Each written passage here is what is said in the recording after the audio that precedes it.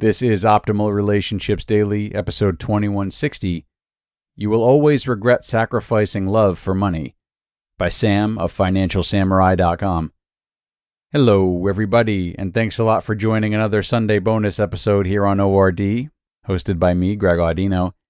However, I am not the narrator in these ones, like usual.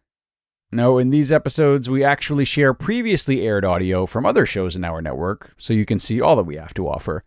And ideally, it's nice when relationships are still a big part of these other episodes, and that is the case today, as this edition of Optimal Finance Daily covers why we shouldn't sacrifice love for money.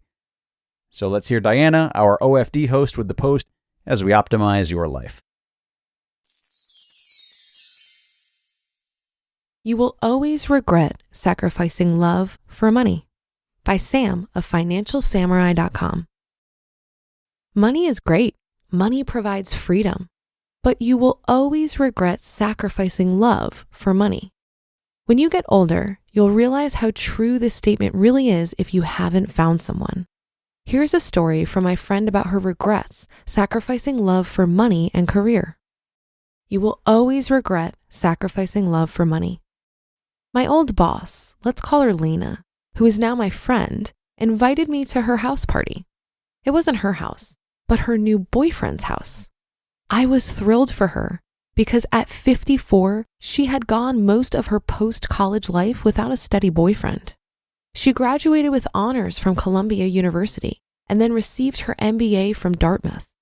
For the next 30 years, she worked 60 hours a week to climb the ranks at Goldman Sachs, Deutsche Bank, and then Morgan Stanley. In 2002, at age 37, she made managing director and continues to be a big wig on Wall Street today. I wouldn't be surprised if she regularly clears at least $1.5 million a year. When I first met Lana, she was the most focused and intense woman I had ever met. Even after going through 50+ interviews with various people on the floor and interviewing with her twice, she still wanted to interview me one last time over coffee. She was meticulous. She also correctly suspected I was a misfit who might not fit the firm's culture. Although she grilled me like a Wagyu burger, we became friends. I think our Chinese heritage helped us connect. She would tell me about her ski trips to Whistler or to the Swiss Alps where she randomly met some guy. She always beamed with joy when she'd talk about her encounters. She'd shed her image of a hard-charging vice president and seemed like a schoolgirl falling in love for the first time. After one trip, I remember her telling me she met a Tunisian gentleman who I immediately started referring to as the Tasmanian, an ode to the Tasmanian devil who had swept her off her feet. Unfortunately, that relationship lasted only 6 months because it was too hard to maintain a long-distance relationship. Finally found someone to love. When I caught up with Lana at her new boyfriend's house party, she told me she was finally incredibly happy. I asked her if she could rewind time back to when we first met in 1999, what would she do differently? She responded, I would have absolutely focused as hard on my love life as I did on my career. I was so focused on making managing director as a female person of color that I overly sacrificed my personal life. Once I made managing director, I felt like I had to work even harder to prove my worth. As you know, the higher you go in finance, the more at risk you are of being cut. Lana went on, I have all the money I'll ever need, but for about 20 years, I didn't have anybody to share it with. It felt pointless working so much. Yes, I was able to spoil my mother by taking her out to the nicest restaurants and bring her on amazing vacations, but it's different, you know? I would be willing to give up all of my wealth just to have found someone like my current boyfriend 20 years ago. I told Lana that I empathized with her situation. I too was overly focused on my career in my 20s and early 30s. I was so focused on getting promoted that I sacrificed my happiness and health. At least with Lana, she made managing director. Because of my focus on career, I didn't propose to my girlfriend until 10 years after I met her. I couldn't propose without feeling like I was on the right career path. And because I proposed so late, we only had our first child in 2017, 19 years after our first meeting. I went from one extreme of working intense hours for 13 years to another extreme of leaving work behind so young. Having a more balanced work and love life probably would have been better. The different types of love. Love is complicated because there's so many different types of love. The first type of love is the love you feel for your parents and siblings. This is a default love because you guys are forced together. Some of us develop incredibly tight relationships with our parents and siblings. Some of us, unfortunately, do not. The second type of love is the love you feel for your friends. You love hanging out with them. You sometimes tease them because you care. You wish them all the success in the world because you love them. The third type of love is the love you feel for your first boyfriend or girlfriend. Some might call it lust. This type of love is thrilling and sometimes addicting. We all know people who have fallen in love with falling in love. The fourth type of love is an extremely deep love once you've found your soulmate. This is the person you share all your secrets with at pillow time. You not only trust this person with your life, but you're also willing to sacrifice yourself for him or her. The fifth type of love is the joyous love you have for your children. Your children give you more pride than anything else in the world. Your children motivate you to become a better person. Children bring about a love you never knew existed. The final type of love is spiritual love. It's an undefined love in something more powerful that provides hope, purpose, and comfort. With at least 6 different types of love, it makes absolute sense to focus at least an equal amount of time on love as we do on our careers and our pursuit of wealth. Yes, there is also a love for money and status. But if we focus too much on career and money, we become unbalanced.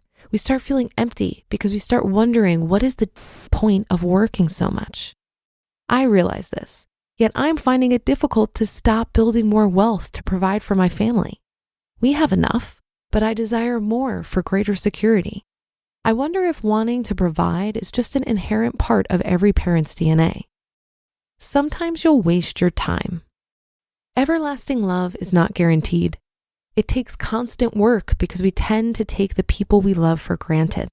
We'll also sometimes make a mistake and end up in a terrible relationship, but the search is worth it.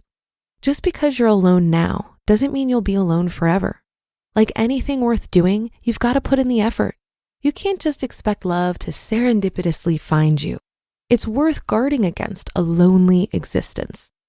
As I come to the end of this post, I realize I need to spend more time improving my relationships with my mother, my sister, a couple of friends, and with myself. Over the past 10 years, I've spent way too much time focusing on building wealth for my family and my readers. It's time to make an adjustment.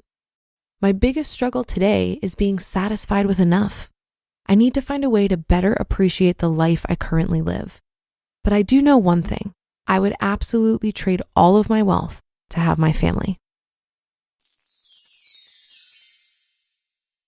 You just listened to the post titled, "You Will Always Regret Sacrificing Love for Money" by Sam of financialsamurai.com.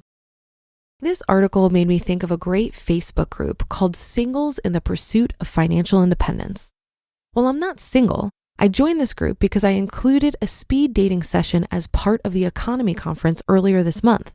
This activity was getting some discussion in the group, so I joined to answer questions and encourage people to participate. But I have to tell you, I'm really enjoying the thoughtfulness and great discussions I'm seeing in this Facebook group. So I've been chiming in with additional thoughts around love and money. One group member mentioned they had met someone they really connected with.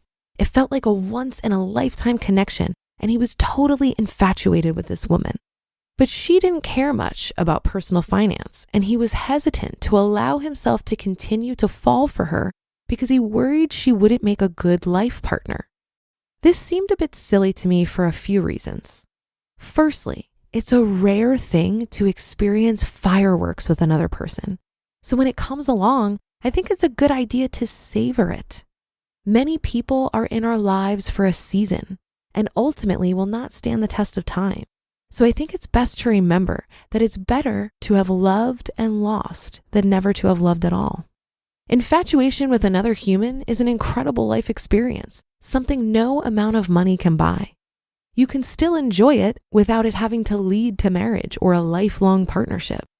And secondly, He was definitely putting the cart before the horse and trying to solve for a problem that didn't exist.